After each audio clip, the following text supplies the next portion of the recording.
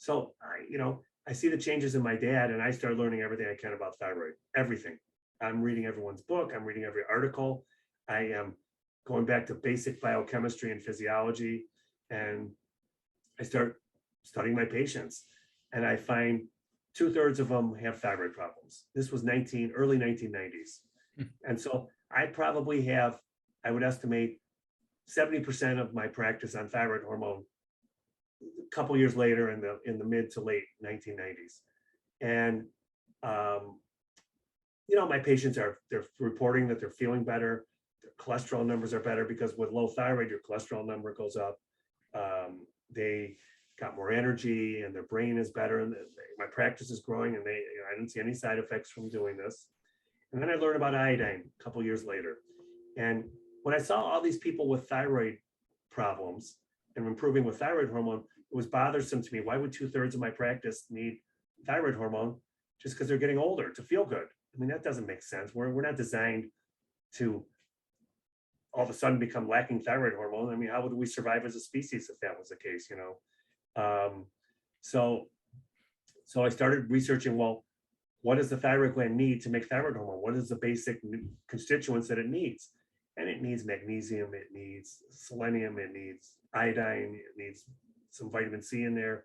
So I started looking at all that stuff. And when I learned new things, I would check patients' levels of that and perhaps try them if they were low. And, nothing seemed to work as well as desiccated natural thyroid hormone. I mean, nothing supplanted that doing that therapy. Then I learned about iodine. Now, iodine, the highest concentration of iodine in the body is in the thyroid gland. We don't make our own iodine. We have to get it either food or we supplement with it. So it's an essential element that every cell in the body needs and requires. So I was well aware of where I live in the world, in the Great Lakes area of the United States, in Michigan. And our soil is one of the most iodine deficient areas of the world. The world can thank the Great Lakes area and iodine deficiency in the soil for iodized salts, because it really was reported and promoted from where I live in the early 20th century.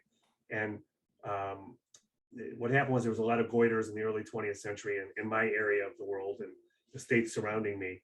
And the US government did a study and found that there was low iodine. And when they put iodine in the form of iodized salt, the swelling of the thyroid epidemic went away. And they instituted iodized salt for the rest of the country, and really the world kind of took off with it from that point on. So I knew we were in an iodine deficient area, but in the 1990s, there was no testing for iodine. I didn't even know the only thing I learned about iodine in med school was iodine deficiency is a thing of the past. It was rectified by iodized salt and move on. There's no iodine deficiency anywhere in the United States anymore. Well, I meet the guru of iodine, which is Dr. Guy Abraham. And, he writes a little letter to the editor of one of the journals that I get at the time around 1997. And he writes how he developed an iodine loading test. Well, I read the article, I call him because there was no good testing for iodine. There was no good reference ranges. And him and I start talking, and he becomes interested in my practice immediately because of where I'm from. He knew we had a low iodine in the soil. He said, your patients have to be iodine deficient. They're not going to get it from their food. And people are using less and less salt. And you're seeing all these thyroid problems. Could be low iodine.